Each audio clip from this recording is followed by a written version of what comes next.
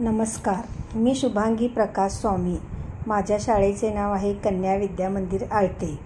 सक्षम नागरिक मोहिमेअंतर्गत वाचनातून व्यक्तिमत्व विकास हा उपक्रम सुरू आहे. या अंतर्गत मला आवडलेले पुस्तक थोरांची ओळख याबद्दल मी थोडक्यात माहिती सांगणार आहे.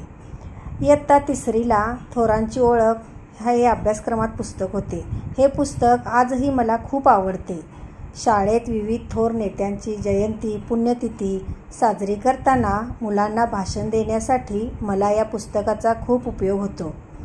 हे पुस्तक शालेय अभ्यासक्रमातील असल्यामुळे याची निर्मिती महाराष्ट्र राज्य पाठ्यपुस्तक निर्मिती व अभ्यासक्रम संशोधन मंडळ पुणे यांची आहे.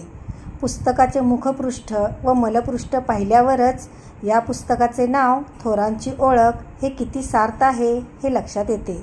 या पाठ्यपुस्तकातील चित्रे अत्यंत बोलकी, उठावदार आहेत.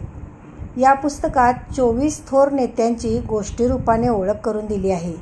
त्यातीलच एक सरदार वल्लभभाई पटेल यांच्या बालपणीची गोष्ट हृदयाला स्पर्श करून जाते. वल्लभभाई 10-12 वर्षाचे असतानाची गोष्ट. त्यांच्या काखेत एक मोठी गाठ झाली होती.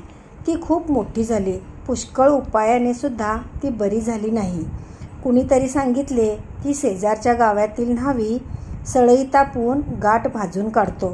तेव्हा वल्लभभाई तिकडे गेले. न्हाव्याने सळई लाल होईपर्यंत तापवली, पण डाग द्यायच्या वेळी त्याचे हात थरथर कापू लागले. वल्लभ लहान होता पण धीट होता. त्याने त्या न्हाव्याच्या हातातील सळई काढून घेऊन स्वतःच्या काखेतील गाठीवरून फिरवली, जरासुद्धा आवाज न काढता. केवढा हा धीटपणा! हा धीटपणाच त्यांना स्वातंत्र्य लढ्यात कामाला आला, म्हणून त्यांना भारताचे पोलादी पुरुष असे म्हटले जाते. याच पुस्तकात नवभारताचे निर्माते पंडित जवाहरलाल नेहरू यांची खूप छान माहिती दिली आहे. हिरव्यागार शेतांनी, खळखळ वाहणाऱ्या नद्यांनी, झाडाझुडपांनी, दऱ्याखोऱ्यांनी सजलेल्या भारतभूमीवर नेहरूंचे फार प्रेम होते. त्यांनी लिहून ठेवलेली त्यांची शेवटची इच्छा या पुस्तकात दिली आहे. ती आम्ही लहान असताना सर्वांना पाठच झाली होती. ती पुढीलप्रमाणे: माझ्या देहाची मुठभर रक्षा गंगेत टाकावी, उरलेली रक्षा विमानातून उंच आकाशात न्यावी आणि उंचावरून ती मातृभूमीवर पसरून टाकावी. ज्या ठिकाणी शेतकरी काबाड कष्ट करतो त्या शेतात ती पडावी व तेथील मातीत ती मिसळून जावी. माझ्या देहाची रक्षा मातृभूमीचा एक एक कण व्हावा, हीच माझी अखेरची इच्छा. त्यांच्या या इच्छेतून त्यांचे देशावर किती प्रेम होते हे लक्षात येते. अशा विविध थोर नेत्यांची माहिती या पुस्तकात दिली आहे. या पुस्तकातून मुलांना स्वातंत्र्य लढ्यातील थोर नेत्यांची ओळख होईल.